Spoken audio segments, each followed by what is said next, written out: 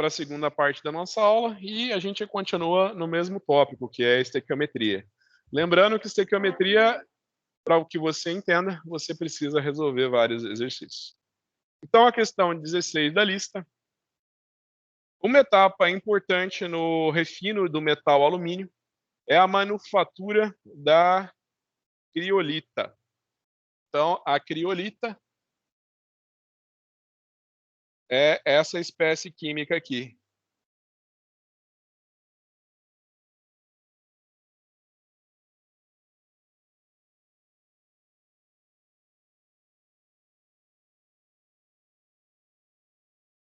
A partir de fluoreto de amônio, aluminato de sódio e hidróxido de sódio em água.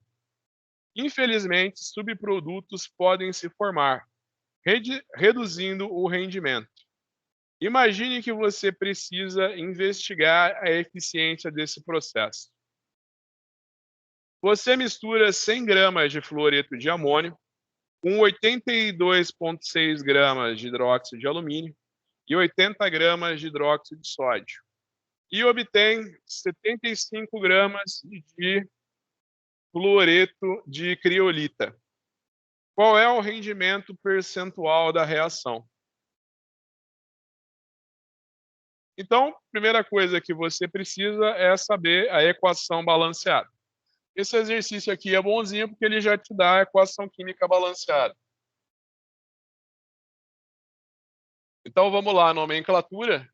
Esse daqui, ó, você imagina que esse daqui é um sal 100% solúvel. Se você pegar fluoreto de amônio e jogar em água, ele vai se dissociar em amônio e fluoreto, tá? Então, esse é o fluoreto de amônio. Eu vejo muita gente falar fluoreto de amônia. Não, pelo amor de Deus, gente.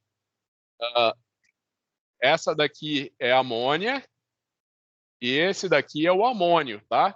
Amônia, amônio. Esse é o fluoreto de amônio. Então você reage, fluoreto de amônio com creolita, desculpa, com hidróxido de alumínio.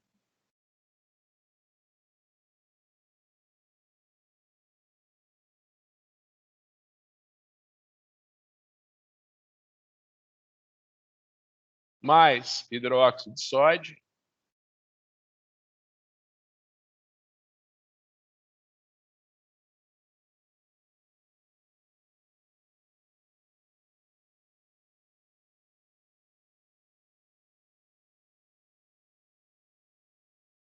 Para dar a creolita, amônia e água. Então você precisa olhar para a equação química, né? Então você tem 6 fluoretos de amônia que reage com hidróxido de alumínio na presença de hidróxido de sódio para dar a criolita, amônia e água. O enunciado do exercício está falando. O enunciado do exercício ele está falando que você mistura 100 gramas. Então a massa que você coloca de fluoreto de amônio é 100 gramas. A massa que você coloca na investigação do processo, 82 de hidróxido de alumínio.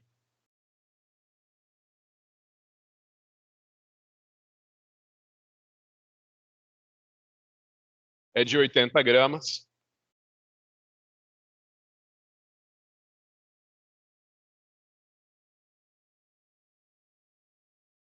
Desculpa, é de 82,6 gramas.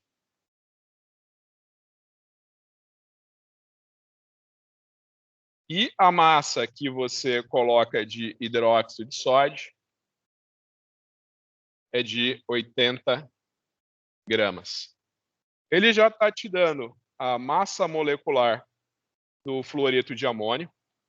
Então, a massa molecular do fluoreto de amônio é 37,04 grama-mol. A massa molecular do hidróxido de sódio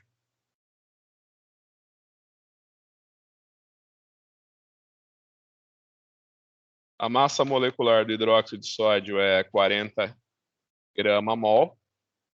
E ele está falando que a massa molecular do hidróxido de alumínio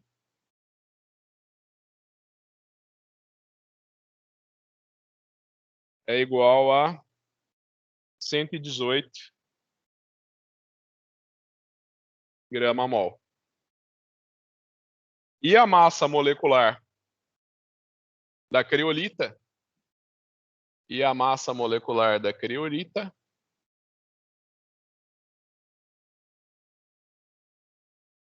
é de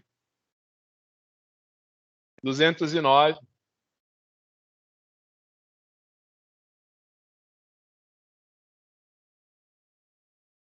Pessoal, só explicar para vocês, a gente vai estudar ainda nesse curso a química ácido-base. Então, eu lembro que eu falei para vocês que os hidróxidos de metais, eles não se dissociam em água. Então, por exemplo, o hidróxido de sódio, o hidróxido de alumínio, ele não se dissocia de maneira alguma em água para dar o alumínio 3+ e 3OH-. Imagina que essa reação não acontece. É justamente por isso que, por exemplo, às vezes você vai tomar um antiácido, né? Tem antiácidos, né, quando você está com a acidez do estômago muito alta, que é hidróxido de alumínio. E mais um detalhe, né? Falam que o alumínio não é tóxico, né? O alumínio realmente não é tóxico para quem não tem problemas renais. Se você tem problemas renais, você vai ter intoxicações terríveis com alumínio. Sabe? Você tem um problema renal, aí você está com gastrite, né? A acidez do teu estômago está muito alta. Você toma um antiácido à base de hidróxido de alumínio, você tem problema renal, você está lascado, você vai se intoxicar com alumínio. Agora, se você não tem nenhum problema renal, muito, muito tranquilo, ele não é tóxico. Então, você imagina que os hidróxidos de metais, eles não se dissociam de maneira alguma em meio aquoso, né? Agora, os hidróxidos da família 1A, por exemplo, hidróxido de sódio, hidróxido de potássio, eles se dissociam completamente em meio ácido, né? Então, aquele que eu contei para vocês é a história do trote, né? Pegava uma banheira, enchia com hidróxido de ferro e falava: você tem coragem de entrar nessa banheira? E todo mundo lembrava do hidróxido de sódio? Não, de jeito nenhum. Aí, no final, eles falavam: a primeira lição, né, de química de vocês, os hidróxidos de metais não se dissociam de maneira alguma em meio aquoso. E a gente tem as definições de ácido base.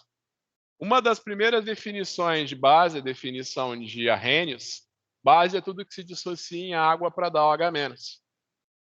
Você imagina que o hidróxido de alumínio ele não pode ser considerado uma base de Arrhenius, por quê? Porque ele não se dissocia para dar OH-. No entanto, o hidróxido de alumínio ele reage com ácido clorídrico, por exemplo, né? Vou colocar aqui só H+, né? Se você jogar ácido clorídrico no hidróxido de alumínio, ele vai se dissolver completamente para dar alumínio e água.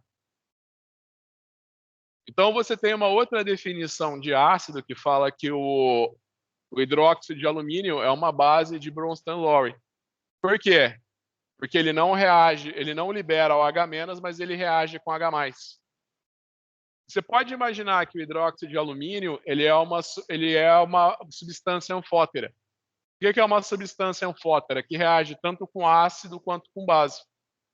Então, se você pegar o hidróxido de alumínio e reagir ele com hidróxido de sódio,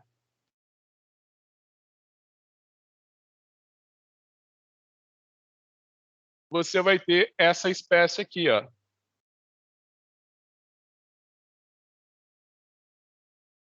Que é a espécie que está envolvida nessa reação.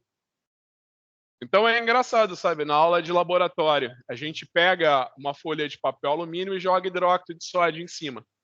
Aí toda a folha de papel alumínio se dissolve e você observa a formação de um precipitado branco gelatinoso, que é o hidróxido de alumínio. Aí você vem e joga mais hidróxido de sódio em cima. Todo esse precipitado branco gelatinoso se dissolve e vira essa espécie aqui. Então você fala que o hidróxido de alumínio é uma substância anfótera. Ele se dissolve tanto na presença de ácidos quanto na presença de bases. No caso, essa espécie que está sendo mostrada aqui é a reação do hidróxido de alumínio com hidróxido de sódio para dar essa espécie aqui.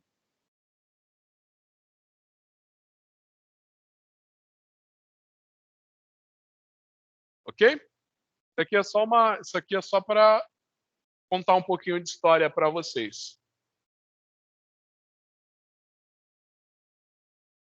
Agora vamos para o nosso exercício. O exercício está falando que você mistura 100 gramas de fluoreto de amônio, 82,6 gramas de hidróxido de alumínio, 80 gramas de hidróxido de potássio, 80 gramas de hidróxido de potássio,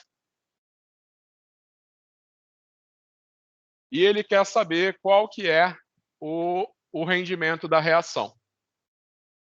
Ele quer saber qual que é o rendimento da reação. Ele está falando que dessa mistura,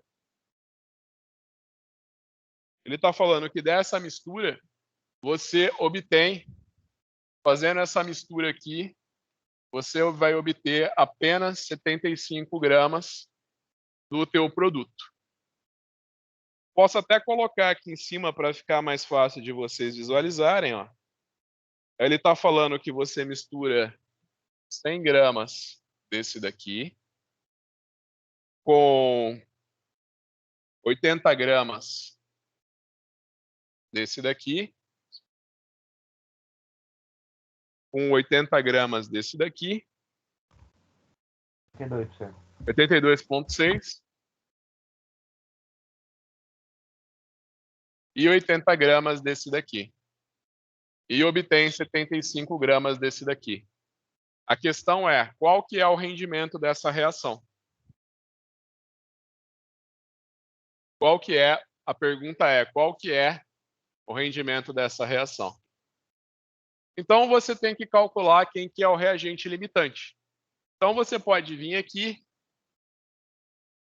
e calcular o número de mols de cada um. Então, por exemplo, qual que é o número de mols de fluoreto de amônio? Então, vai ser 100 gramas dividido por 37,04. Qual que é o número de mols de hidróxido de sódio? É 80 gramas dividido por 40 grama-mol. Qual que é o número de mols de hidróxido de alumínio? Vai ser 80,6 gramas dividido pela massa molecular, que é 118 grama-mol. Quanto que vai dar esses cálculos?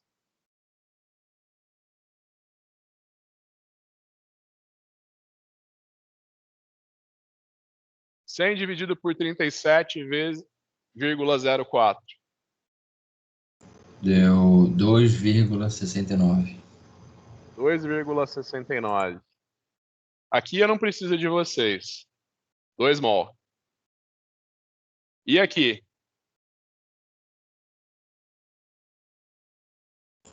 É 0,69.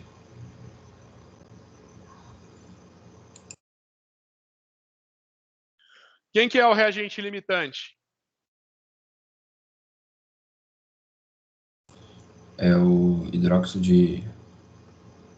É o último ali. Isso daqui? Vamos ver. Número de mols de fluoreto de amônia é igual ao número de mols de hidróxido de alumínio.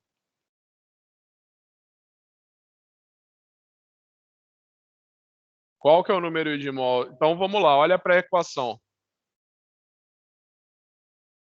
6 para 1, né? 6 fluoreto de amônio reage com hidróxido de alumínio. Então o 6 fica daqui, né? Então você vai colocar 269, 6 vezes 0,69. Quanto que é 6 vezes 0,69?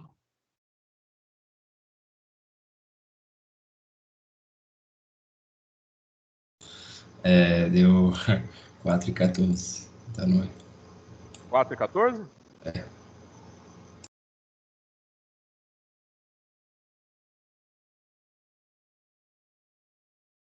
Opa, quem que é maior aqui? Acabei errado. Quem que é maior? Peraí, 6 vezes 0,69 é 4,14 mesmo, né? Sim, sim. Então, quem que é o reagente limitante?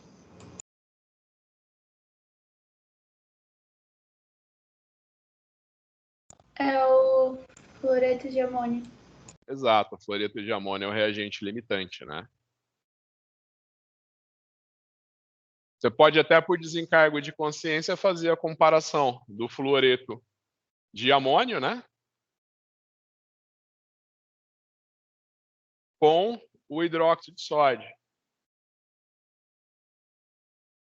Com o hidróxido de sódio.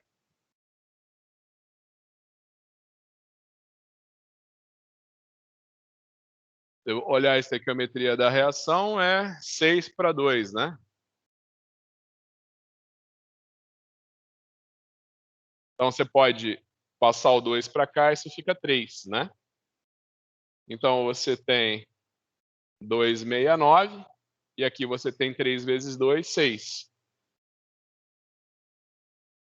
Então, você vê que a concentração do hidróxido de sódio é muito maior que o fluoreto de amônio, e a quantidade de fluoreto de amônio é menor do que a reação do alumínio.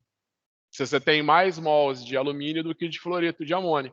Então, o reagente limitante é o fluoreto de amônio. Certo?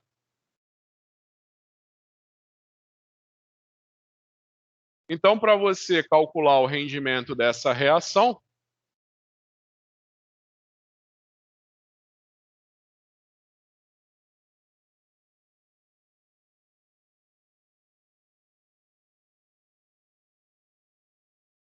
então, para você calcular para mim o rendimento da reação, você vai escrever número de mols de fluoreto de amônio é igual ao número de mols de criolita.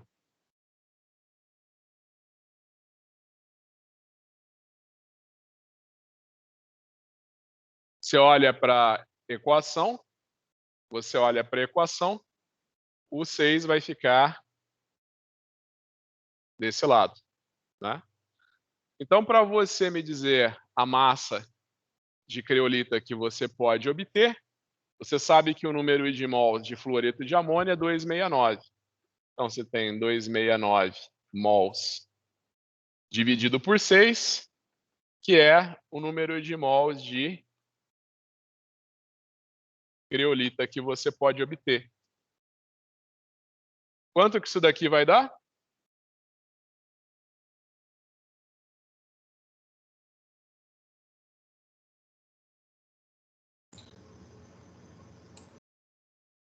Zero 0? 0,448. Então, você pode obter no máximo 0,448 mols de criolita nessa reação. Essa aqui é assumindo que o reagente limitante é o fluoreto de amônio, né?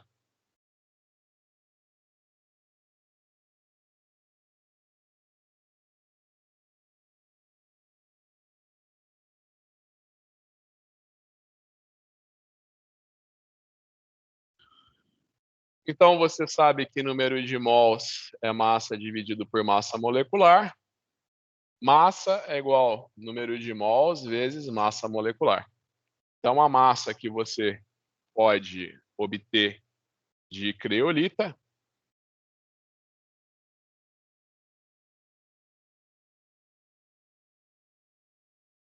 é 0,448 mols vezes a massa molecular. A massa molecular é 209,95 grama-mol. Então, quanto que dá essa multiplicação?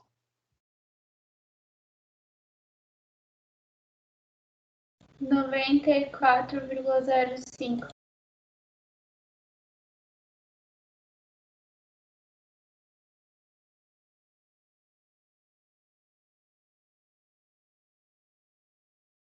Então, a massa máxima que você poderia obter é 94,05 gramas. Então, para você calcular o rendimento teórico, você vai fazer a massa que você obteve, foi 75 gramas, dividido pela massa que você... Aqui é o rendimento real e aqui é o teórico. Você divide o real pelo teórico, multiplica por 100 e você calcula aqui o rendimento da reação, que é quanto?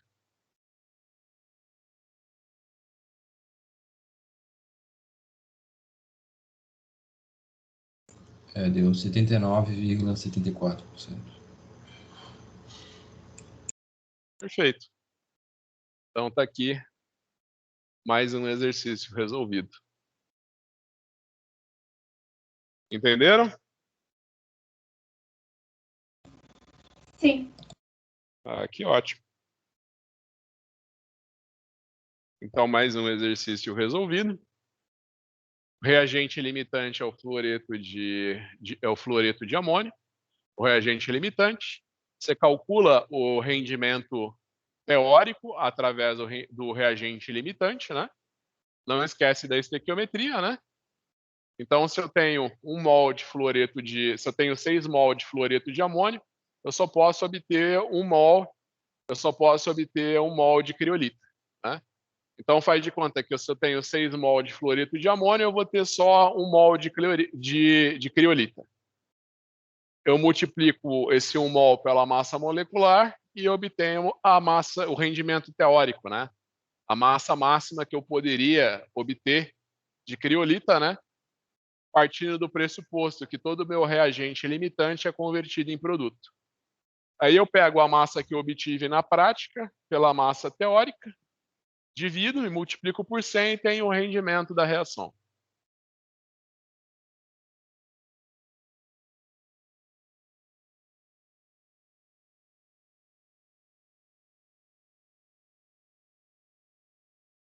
Vamos lá. Exercício 17 agora.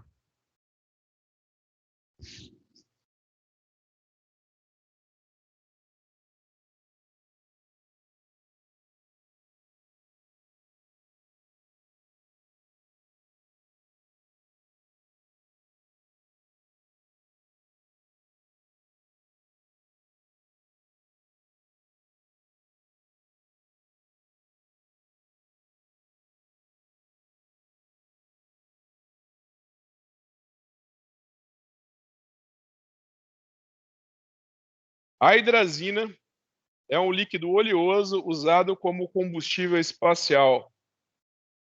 Ela é preparada em água oxidando-se amônia com íons hipoclorito. Quando 35 gramas de amônia reagem com excesso de hipoclorito, formam-se 25,2 gramas de hidrazina. Qual o rendimento percentual?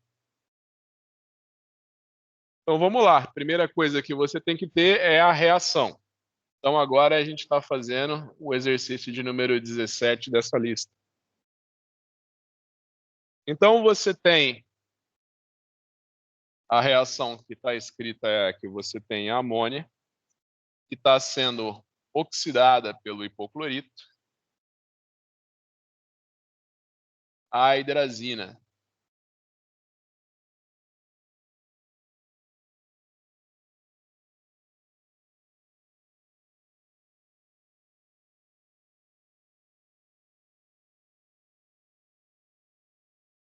Então você tem a amônia, que está sendo oxidada pelo hipoclorito, a hidrazina, mais cloreto e água.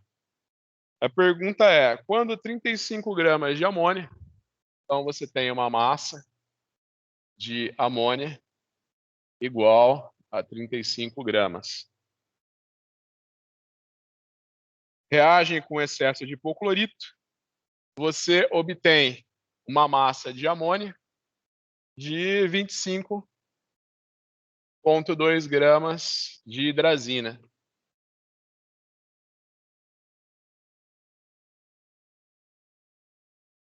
qual que é o rendimento dessa reação? Qual que é o rendimento dessa reação?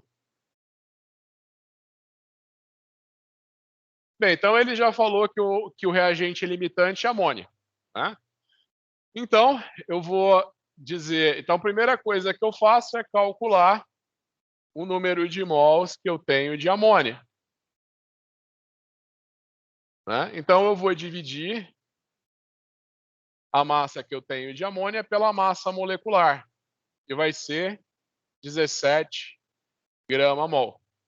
Né? Lembrando que na amônia, né, você tem o NH3, o nitrogênio é 14, o hidrogênio é 1. Então, você tem 14 mais 3, a massa molecular da amônia é 17 grama-mol.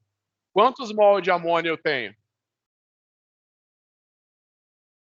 2,05.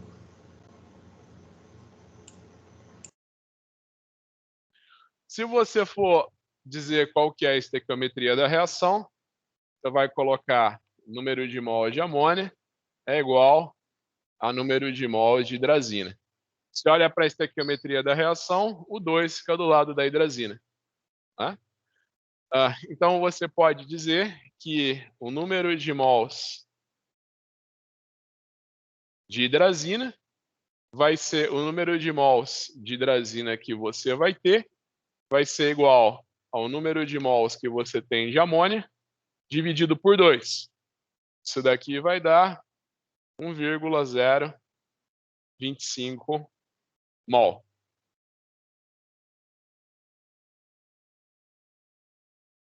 Então, você sabe que partindo de 2,05 mols de amônia, você só pode chegar em 1,025 mols de hidrazina. Para eu calcular a massa da hidrazina, é só eu fazer número de mols vezes massa molecular. Para você calcular a massa molecular da hidrazina, você imagina que o nitrogênio é 14, então você tem 2 vezes 14. O hidrogênio é 1, você tem 4 hidrogênio, 4 vezes 1. Então, você tem 2 vezes 14, 28. 4 vezes 1, 4. Isso aqui vai dar 32 grama-mol. Então, a massa máxima de hidrazina que você pode obter é 1,025 mols vezes 32 grama-mol.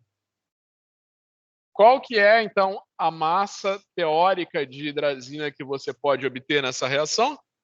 32,8. 32,8 gramas. Para você calcular o rendimento da reação, você coloca a massa real, né, dividido pela teórica. Então, você tem 25,2 gramas dividido por 32,8 gramas vezes 100. Isso aqui vai dar quanto?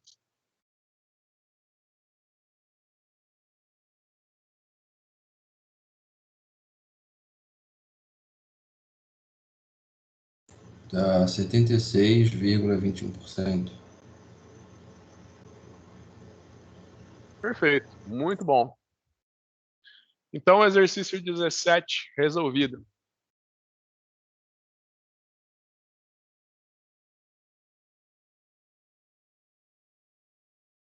Vamos para o exercício de número 18.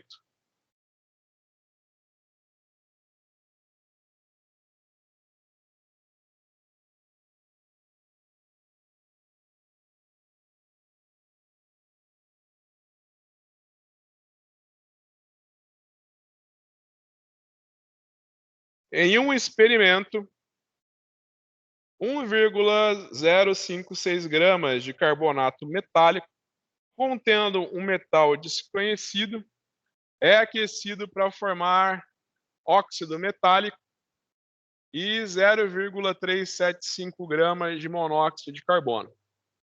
Então, você tem uma massa de um carbonato. Então, você tem uma massa de um carbonato desconhecido, né? Então, é carbonato de algum metal que eu não sei qual é. Essa massa é igual a 1,056 56 gramas. Ele está falando que esse óxido ele é decomposto para dar 0,375 gramas de monóxido de carbono. Então, a massa que vai ser obtida da decomposição dele, a massa que vai ser obtida da decomposição dele, a massa de óxido de carbono que vai ser obtida através da decomposição desse carbonato é 0,375 gramas. A reação que acontece quando você submete um carbonato metálico ao calor, ele se decompor para virar o respectivo óxido e liberar dióxido de carbono. Tá?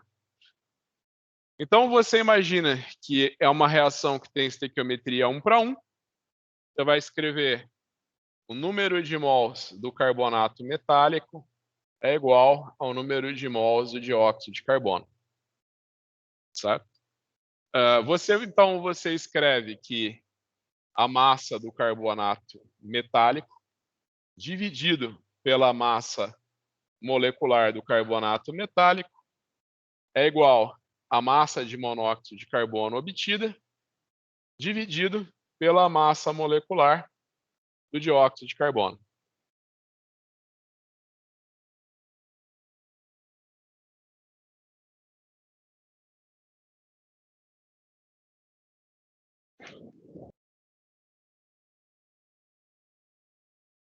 Ok?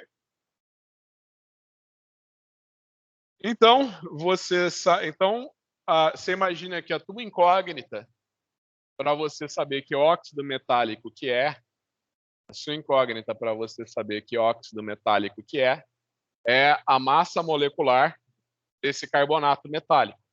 Então, você tem que saber qual que é a massa molecular desse carbonato metálico para você me dizer qual carbonato metálico que é. Eu tenho que determinar a massa molecular dele. Então, eu vou deixar isso daqui em função da massa molecular. Então, eu vou dizer que a massa molecular desse carbonato metálico é igual à massa de dióxido de carbono. Opa. Aqui eu não coloquei o M, né? Aqui é a massa do carbonato metálico. Aqui é a massa molecular do carbonato metálico. Eu tinha só posto carbonato, né? Então, você vai dizer que a massa molecular desse carbonato metálico é igual à massa do carbonato metálico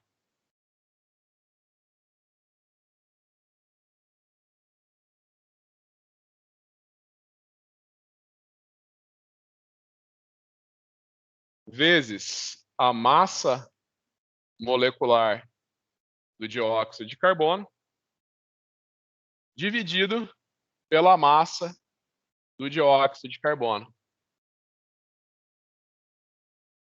Certo? Então, o enunciado do exercício fala que a massa molecular, que a massa do carbonato metálico que a gente fez o experimento era 1,056 gramas. A massa molecular do dióxido de carbono, a massa molecular do dióxido de carbono vai ser, o carbono é 12, o oxigênio é 2 vezes 16, né? Então, você tem 12 mais 32. Isso daqui vai dar 44 grama-mol. Então, a massa molecular do dióxido de carbono vai ser 44 grama-mol. E a massa que ele falou que obteve de monóxido de carbono foi 0,375 gramas. Então, você pode observar ó, que você vai cortar grama com grama. A resposta vai ser em massa mol, que é grama mol, que é a unidade de massa molecular. Quanto que esse cálculo vai dar? 1,056 vezes 44, dividido por 0,375. Meu Deus, 123.904. Então, quem que é esse óxido metálico?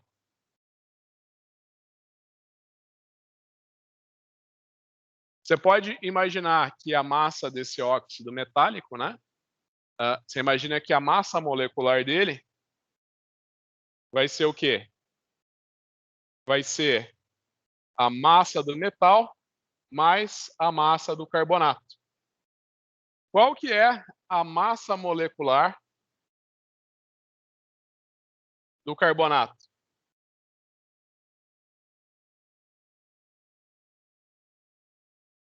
Você pensa que o carbonato tem um carbono e 3 oxigênios. Então, você tem 3 vezes 16. 60, eu acho. Quanto? Pera? Acho que é 60, calma aí. É 60. Perfeito, 60 gramas mol.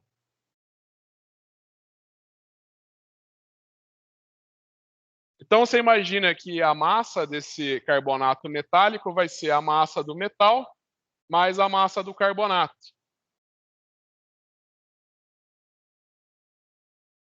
Então, você imagina que a massa molecular desse metal vai ser o quê? 123,94 menos 60. Isso daqui vai dar quanto?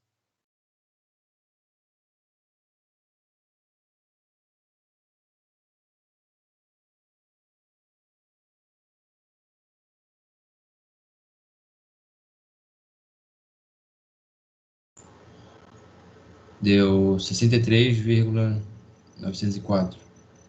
Ô, professor, quando eu falei ali que era 123,904, é que o professor botou 94. Acho que não faz Tá. muita diferença, né? Não. Mas vamos pôr o valor correto. Então, a massa molecular desse metal é 63,904. Então, qual seria esse carbonato metálico?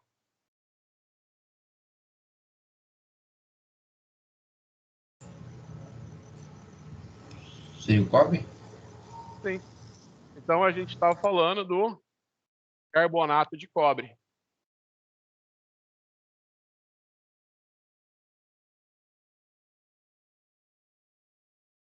Para ter certeza se é o carbonato de cobre, eu dissolveria ele em ácido. Depois eu dissolvia ele em ácido. Porque dissolvendo ele em ácido, né? Você imagina que o carbonato de cobre mais ácido, né? Carbonato de cobre mais ácido, ele vai dar o cátion cobre, né? Mais CO2 e água. O cobre em meio aquoso tem uma coloração azul, né? Para eu ter mais certeza ainda que é cobre, quando você coloca amônia na presença de cobre, do cátion cobre, você forma um amino complexo. Vocês não vão ver a química de complexação comigo. Quem é da engenharia química, da engenharia de alimentos, vai fazer química inorgânica, e vocês vão ver os complexos de coordenação. Mas você imagina, então, que o cobre ele é complexado pela amônia e forma um complexo de coordenação que é o tetramin cobre. Esse complexo de coordenação é azul escuro. Então, você dissolve esse carbonato metálico em meio ácido, e se for cobre mesmo, você vai observar uma coloração azul. Se ainda não estiver bom para você, você coloca amônia. Se der azul escuro, você tem certeza que é o cobre metálico, né? Essa é a parte da química que a gente chama de química analítica qualitativa, né? Você só quer saber que tipo de cátions e de ânions você tem em solução. Certo? Próximo exercício.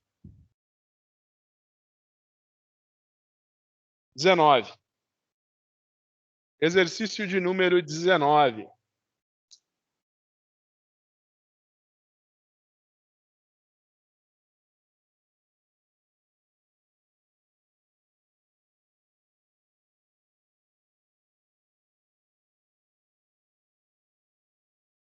Então, vamos fazer o exercício de número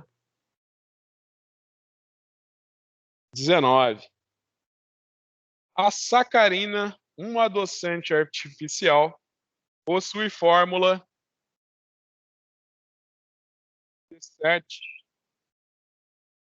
C7H5NO3S. Suponha que você tenha uma amostra de sacarina.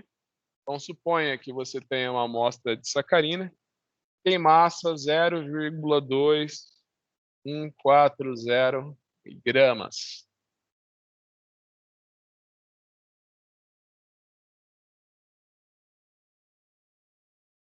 Então, aqui, a sacarina, um adoçante artificial, possui uma fórmula C7H5NO3S. Suponha que você tenha uma amostra de 0,214 gramas do adoçante, contendo sacarina. Depois da decomposição para liberar o enxofre e convertê-lo em sulfato, o íon sulfato é separado como o sulfato de bário insolúvel em água. A quantidade de sulfato de bário obtida é 0,2 gramas. Qual é a porcentagem em massa de sacarina na amostra do adoçante? Então, desculpa, a massa do adoçante é 0,2140. Eu quero saber, eu tenho que saber, então, qual que é a massa. Eu vou chamar a sacarina de S.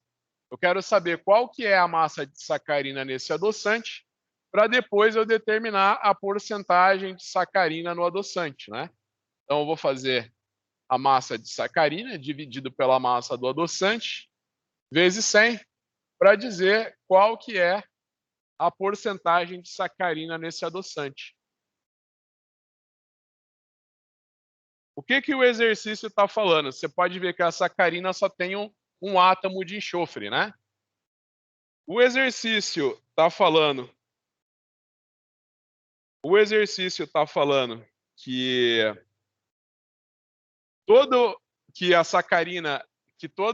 o enxofre da sacarina é convertido em sulfato. Esse sulfato, ele é precipitado com bário. Lembra das reações? Lembra que todos os sulfatos dos cátions, dos metais alcalinos terrosos são insolúveis. Então, eu posso precipitar o sulfato como sulfato de bário.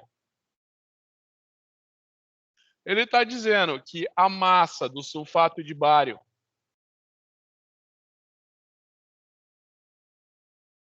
que foi obtida foi igual a 0,2,07 gramas.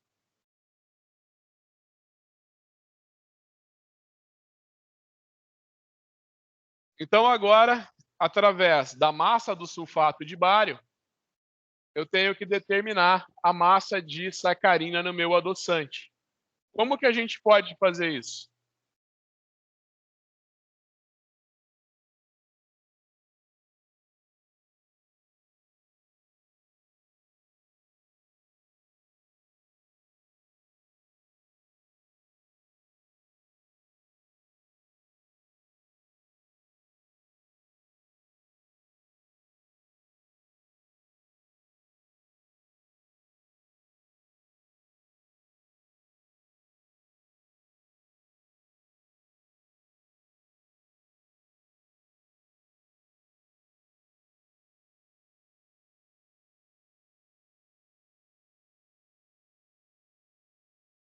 Pessoal, então você imagina que só tem um enxofre na sacarina. Entendeu? Então, se eu tenho 1 mol de sacarina e eu oxidar essa sacarina, eu vou obter 1 mol de sulfato. Então, se eu tenho 1 mol de sulfato, eu tenho 1 mol de sacarina. Esse sulfato eu vou precipitar como sulfato de bário. Então, basicamente, se eu tenho 1 mol de sulfato de bário, eu tenho 1 mol de sacarina. O exercício está falando que eu tenho que a sacarina foi convertida a sulfato por um processo de oxidação e o sulfato foi precipitado como 0,27 gramas de sulfato de bário. Então, eu sei que o número de mols que eu tenho de sulfato de bário é igual ao número de mol de sacarina. Então, eu preciso saber o número de mols que eu tenho. Então, eu preciso saber o número de mols que eu tenho de sulfato de bário. Para fazer isso, é só eu dividir a massa do sulfato de bário pela massa molecular do sulfato de bário para saber o número de mols. A massa molecular do sulfato de bário é 2,3339 grama-mol. Isso daqui é dado do exercício, né? Todos os meus exercícios eu tiro do livro didático, né? Às vezes o livro didático não dá a massa molecular, mas para não dar muito trabalho da gente ter que calcular a massa molecular, por exemplo, nem eu sei de cabeça agora a massa atômica do bário, né? Então alguém ia ter que olhar na tabela periódica a massa atômica do bário. O enxofre a gente aproxima para 32, 4 vezes 16. Aí a gente calculava, né? Mas para simplificar o processo, eu já coloquei no enunciado do exercício a massa molecular do sulfato de bário. Tá, então quantos mol de sulfato de bário eu tenho? Tá 0,0088. É 3088. É isso? É. Perfeito. Então, eu sei que o número de mols de sulfato de bário é igual ao número de mol de sacarina. Então, para eu achar a massa da sacarina no meu adoçante, é só eu fazer um número de mols vezes a massa molecular. A massa molecular eu também coloquei no enunciado do exercício. 137. Professor, Sim. para mim a divisão lá de 0,207 e 233,39 deu 8,869. Não sei por quê. Acho que tua calculadora está dando em notação científica. Isso daí é vezes 1000, então. Ó, quer ver? Eu vou fazer até aqui rapidinho na minha Eu calculadora. fiz até 2 vezes, deu o mesmo resultado. Ó, a calculadora. Então eu vou fazer 0,207 dividido por 233,39. Exato. Aí eu deixo em notação científica. Eu deixo em notação, se for colocar em notação científica, né? Isso daqui, tá, entendi. Eu comi um zero. Ele falou 3 zeros, né? É 0, 0, 0, 8, 8, 7. Eu comi um zero. Então é 0, 0, 0, 8, 8, Eu vi que 7. no final da minha calculadora apareceu E menos 4, daí deve ser a notação Isso, científica, assim. exato. Tá, obrigada. Eu também poderia representar isso daqui como 887 vezes 10 a menos 4. Tá? Eu poderia representar dessa forma também. Na verdade, eu até prefiro representar assim, porque você acaba se perdendo com tantos zeros, né? Então, quanto que dá 0,00887 vezes 137,327?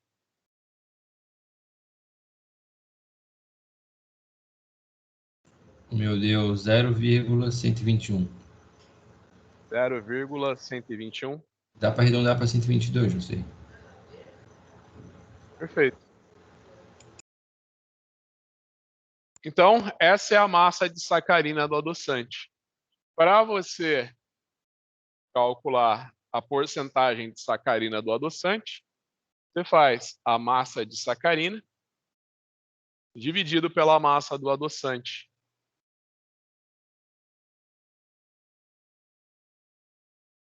Desculpa Multiplica por interromper, mas esse 137,327 veio de onde mesmo?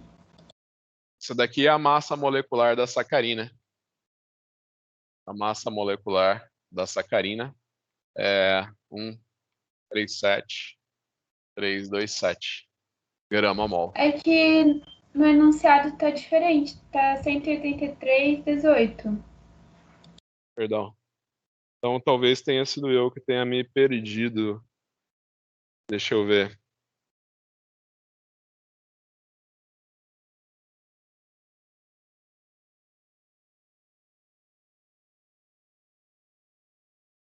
Ah, tá, não, realmente, eu me perdi. No enunciado, a massa molecular da sacarina é 183,18 grama-mol. Perdão, eu me perdi. Então, quanto que dá essa conta? 0,00887 vezes 183,19? Dá 0,16. 0,16. Perfeito. Então, aqui é só a gente trocar. Obrigado quem me avisou, eu acabei me perdendo. A massa molecular do enunciado do problema para a sacarina é 183,18. Eu tinha usado um valor que não tem nada a ver. Obrigado por me avisar. Então, qual que é a porcentagem de sacarina no adoçante?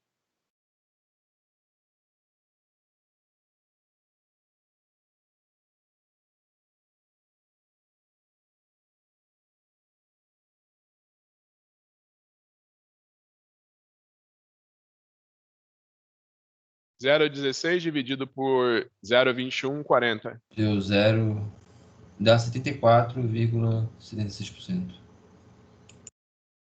Perfeito.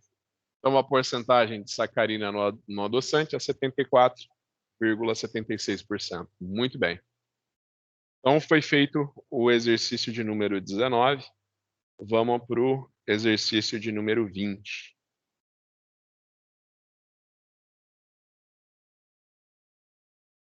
Fumarolas negras são encontradas nas profundezas dos oceanos. Pensando que as condições nessas fumarolas podem ser propícias para a formação de compostos orgânicos, dois químicos da Alemanha descobriram que a seguinte reação pode ocorrer em condições semelhantes. Né?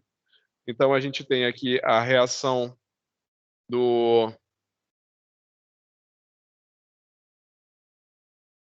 CH3SH com monóxido de carbono para formar uma fumarola. Né? Então, a reação que a gente tem. Só aproveitando que a gente está falando de nomenclatura, né?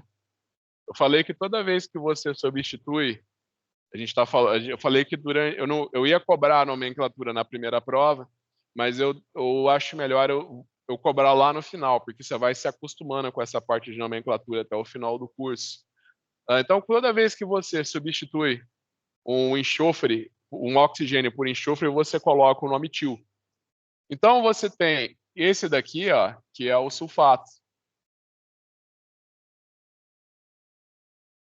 Ó, esse daqui é o sulfato. Você vai substituir um dos oxigênios do sulfato por enxofre. Então, você tem isso daqui e isso daqui. Você tem essa espécie aqui. Isso daqui é o sulfato, como que chama essa?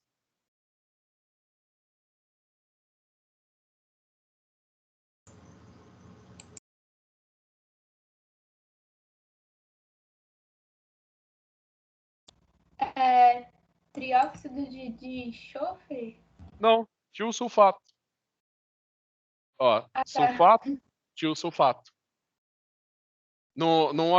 Por que não fala óxido? Porque tem carga. Você só fala óxido quando não tem carga, entendeu? Então, por exemplo, você tem aqui, é o trióxido de enxofre, porque não tem carga. Você só usa a palavra óxido quando não tem carga. Se tiver carga, aí é oxiânion, aí é o sulfato. Nesse caso, como eu substituir um oxigênio do sulfato por enxofre, esse é o tiosulfato. Quem é da engenharia química e da engenharia de alimentos vai utilizar o tiosulfato de sódio para determinar a concentração de água oxigenada, né? Sabe aquelas águas oxigenadas para atingir o cabelo de loiro? E de hipoclorito de sódio num alvejante.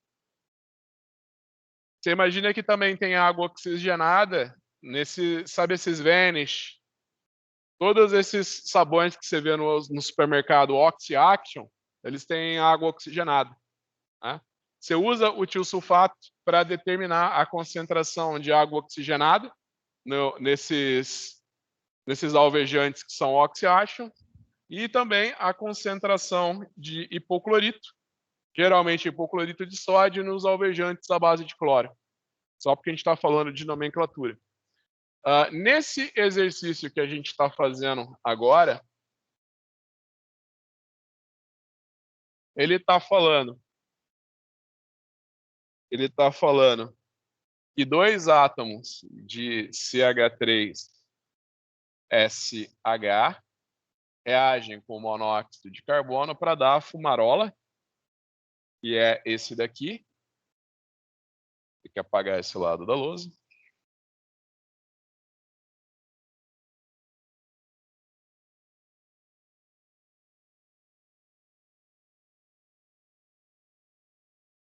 Para dar a fumarola.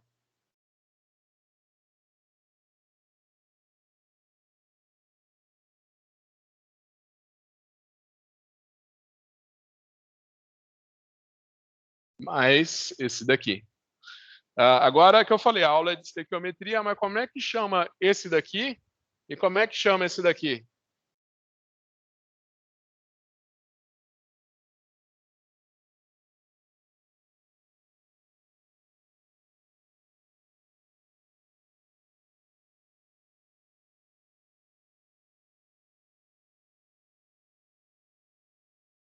Esse daqui como é que chama?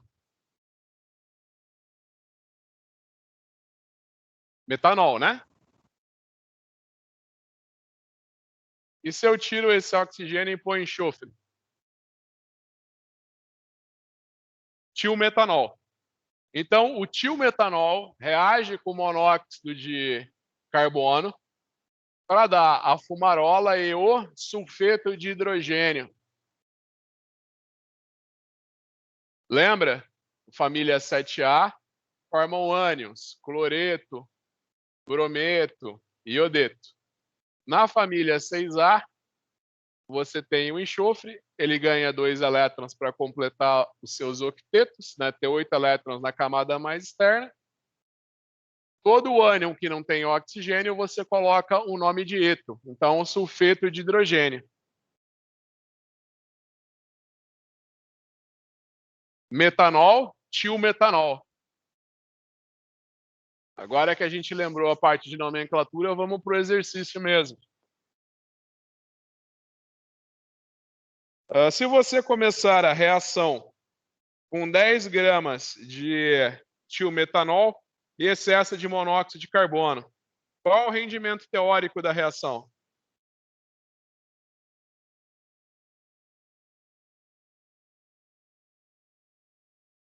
Bem, então ele já está falando que ele já está... Então aqui, você imagina que aqui é o tilmetanol. Eu vou chamar ele só de T. Esse daqui é a fumarola, eu vou chamar de F. Ele está falando que você partiu de 10 gramas. E você partiu de 10 gramas de tilmetanol. Ele quer saber qual que é o rendimento teórico da reação. Tá? Ele quer saber qual que é a massa de fumarola que você pode obter. Se olha para a estequiometria da reação, número de mols de tilmetanol é igual ao número de mols de fumarola. Você olha para a estequiometria da reação, o 2 vai ficar do lado da fumarola. Certo? A gente já pode fazer o total, né? A gente coloca que a massa de tilmetanol dividido pela massa molecular do tilmetanol é igual a 2 vezes a massa de fumarola dividido pela massa molecular da fumarola.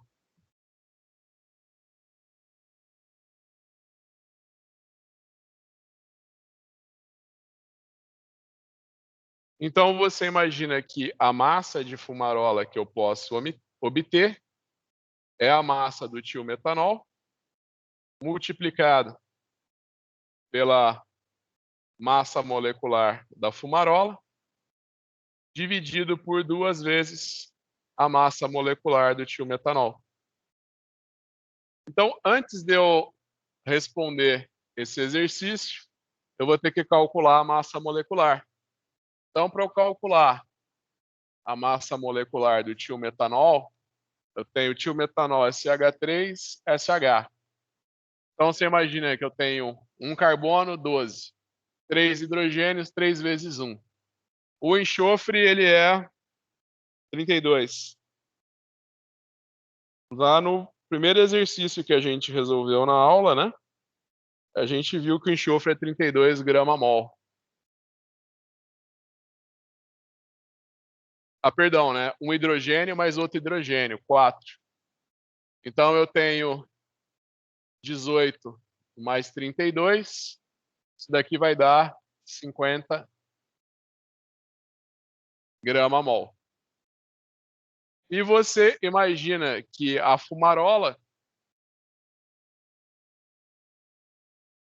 você imagina que na fumarola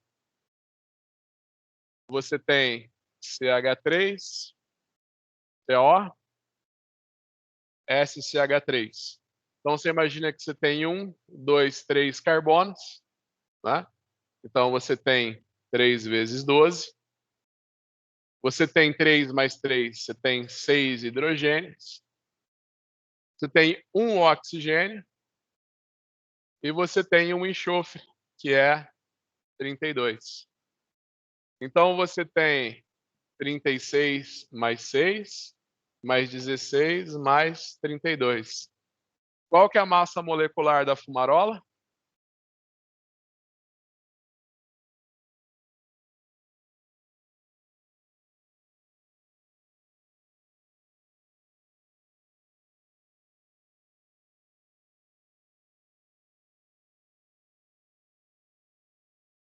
Deu 90.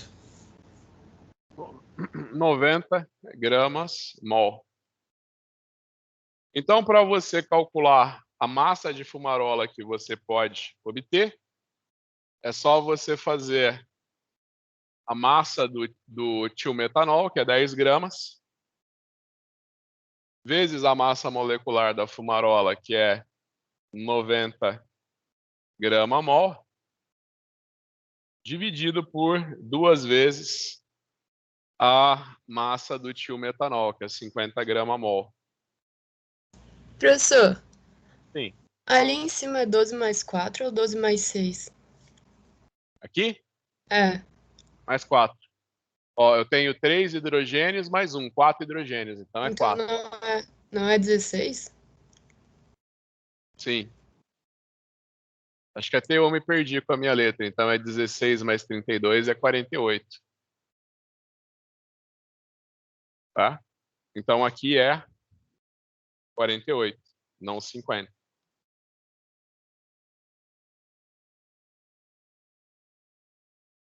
Qual que é a massa de fumarola que a gente pode obter?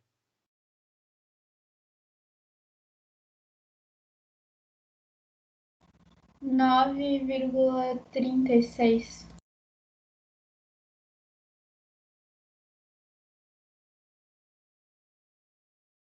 9,36 gramas.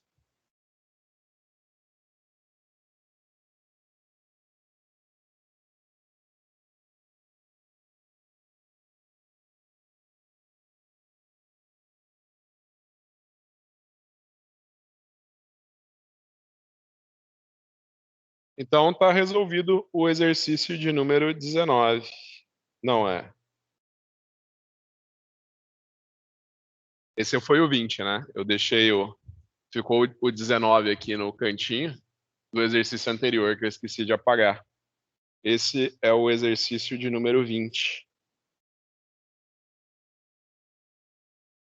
Então, agora a gente vai para o exercício de número 21. Então, agora a gente vai para o exercício de número 21.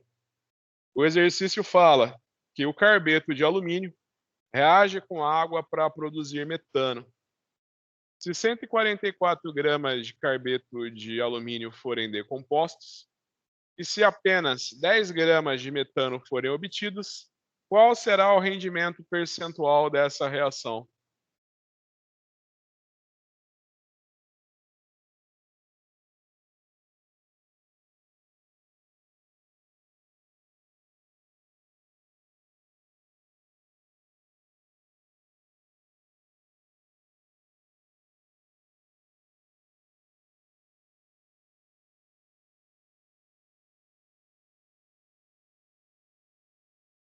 Então, você imagina que a reação que acontece agora é o carbeto de alumínio.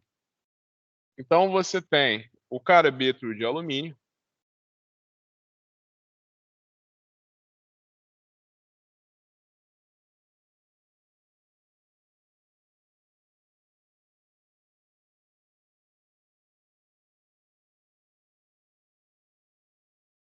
então você tem o carbeto de alumínio, que reage com 12 águas para formar 4 hidróxido de alumínio, mais 3 mols do gás metano. Ele está falando que você tem uma massa de carbeto de alumínio. Você tem uma massa de carbeto de alumínio de 144 gramas. E ele está falando que essa massa de 144 gramas de carbeto de alumínio te gerou uma massa de metano de apenas 10 gramas. Ele quer saber qual que é o rendimento dessa reação.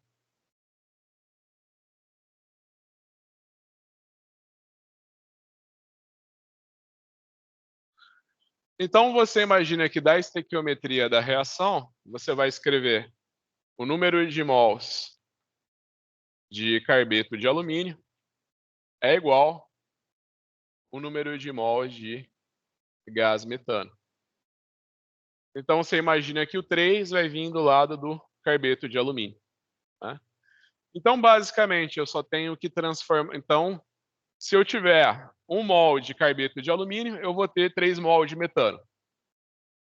Se eu tiver 1 mol de carbeto de alumínio, eu tenho 3 mol de metano. Para transformar número de mols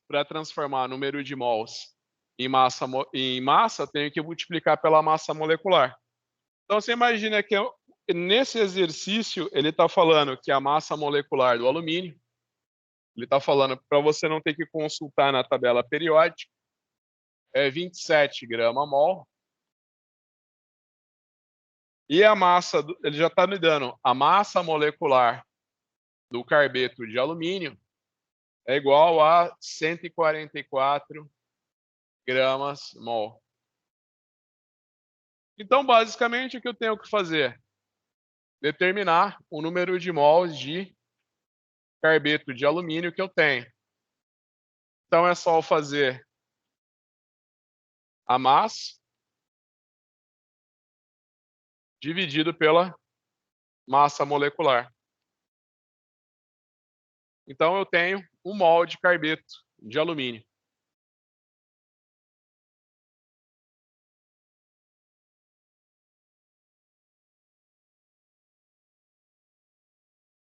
Então lembra, né? Então eu tenho número de mols de carbeto de alumínio é igual ao número de mols de metano. O 3 fica desse lado. Então, o número de mols de metano que eu tenho vai ser 3 mols. Se essa reação fosse 100%, né, o rendimento teórico dela, né? Então, você imagina que a massa de metano que eu ia ter ia ser 3 mols vezes a massa molecular do metano. Você sabe que o carbono é 12, o hidrogênio é 1. Então, você tem 12 mais 4, 16 gramas mol. 3 vezes 16 vai dar 48. Então, era para eu ter 48 gramas.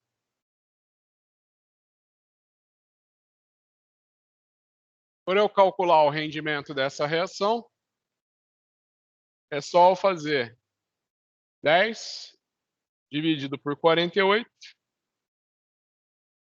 vezes 100. Isso daqui vai dar quanto? 20,8.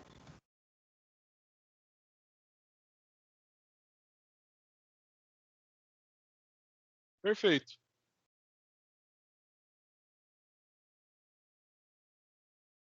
Vamos para o exercício de número 22 agora.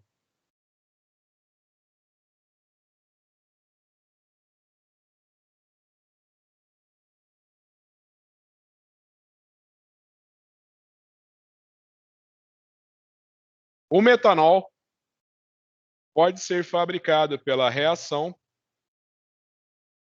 de monóxido de carbono e hidrogênio.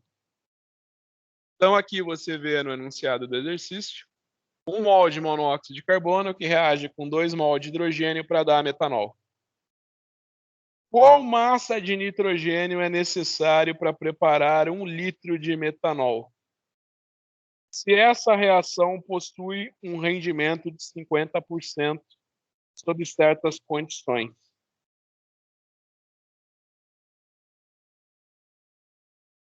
Vamos lá, pessoal, como é que a gente monta esse exercício?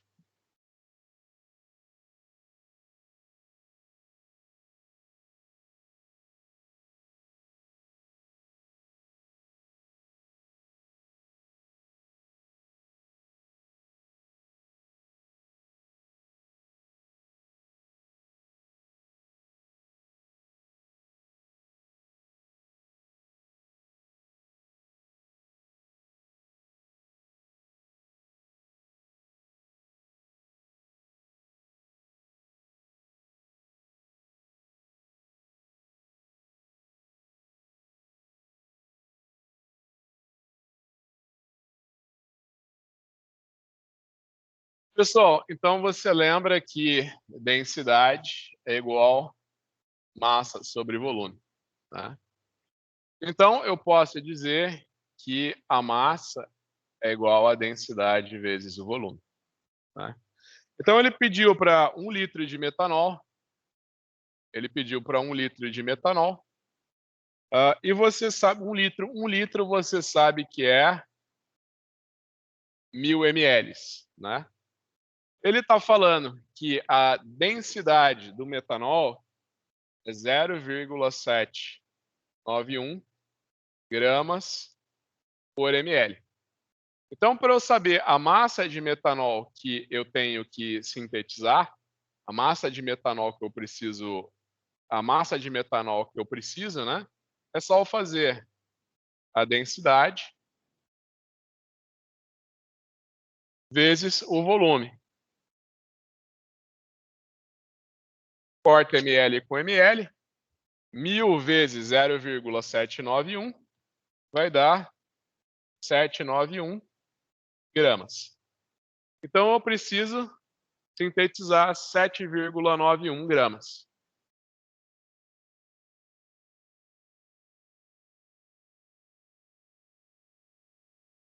Ele está falando que, sobre certas condições, o rendimento dessa reação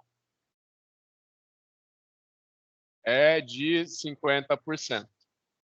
Como que eu calculo o rendimento de uma reação? Como que eu calculo o rendimento de uma reação? Vai ser a massa real dividido pela massa teórica vezes 100. Então, basicamente, né, 50%, né? O que ele está me falando? Que se eu quiser obter 500 gramas de metanol, eu tenho que preparar 1.000 gramas.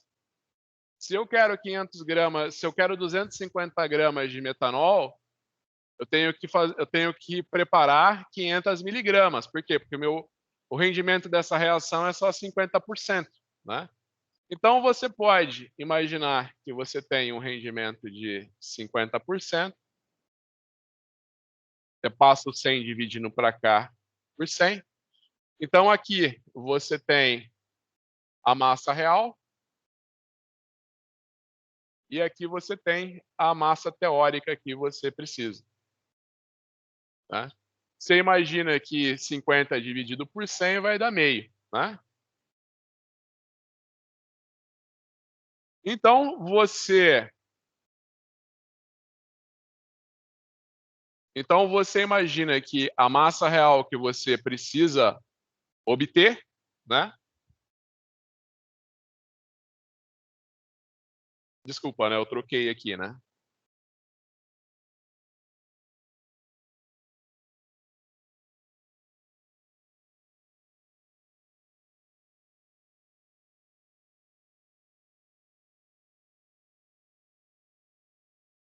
Então, a massa que eu vou precisar obter é 791 gramas dividido por 0,5.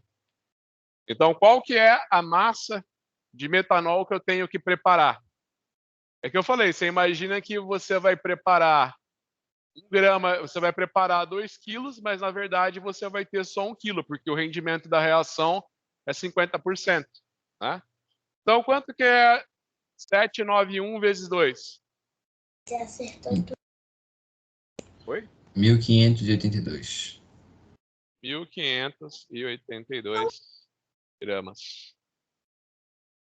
Você imagina que você dividir por 0,5 é o mesmo que multiplicar por 2, né? Tá, então eu vou ter que preparar.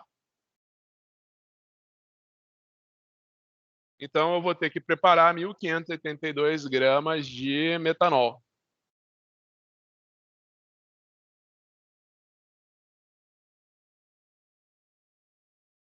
Então a pergunta é, qual que é a massa de hidrogênio necessária?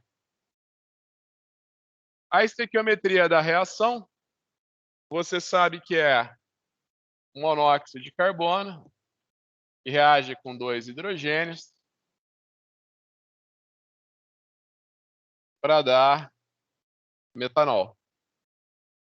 Então você sabe, você escreve aqui o número de mols de hidrogênio é igual o número de mols de metanol. Tá? Então você tem que saber, você olha para a estequiometria da reação e imagina que o 2 vai ficar do lado do metanol.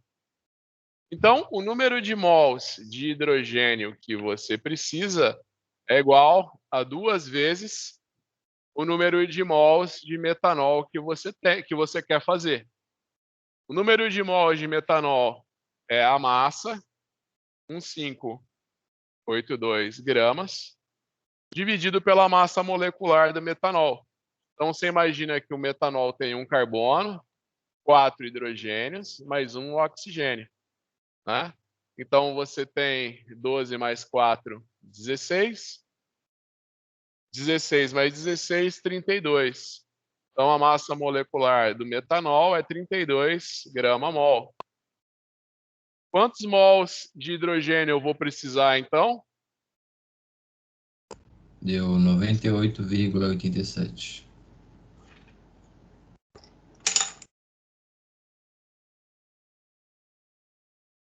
para eu transformar massa em número de mols, né? Eu vou fazer o número de mols vezes a massa molecular, né? Então aqui eu tenho 98,87 mols vezes 2. Isso daqui vai dar quanto?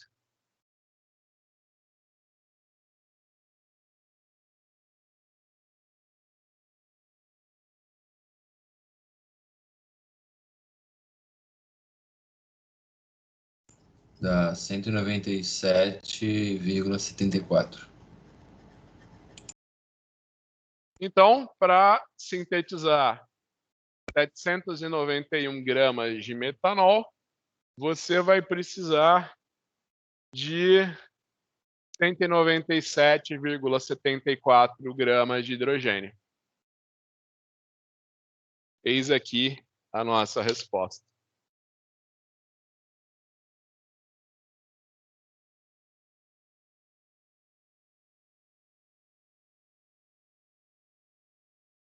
Pessoal, então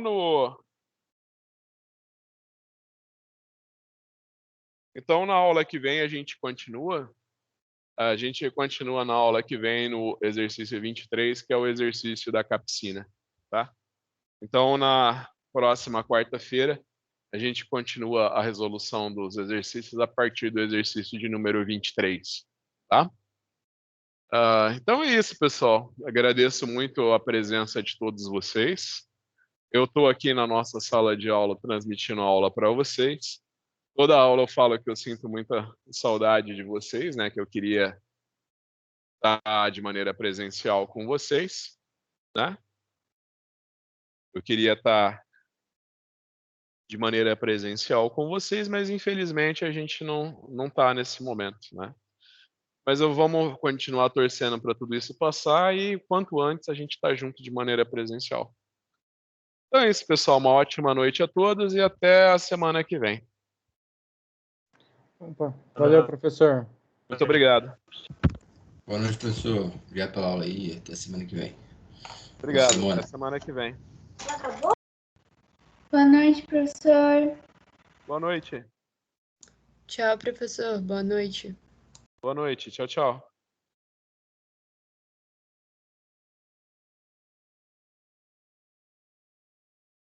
Professor,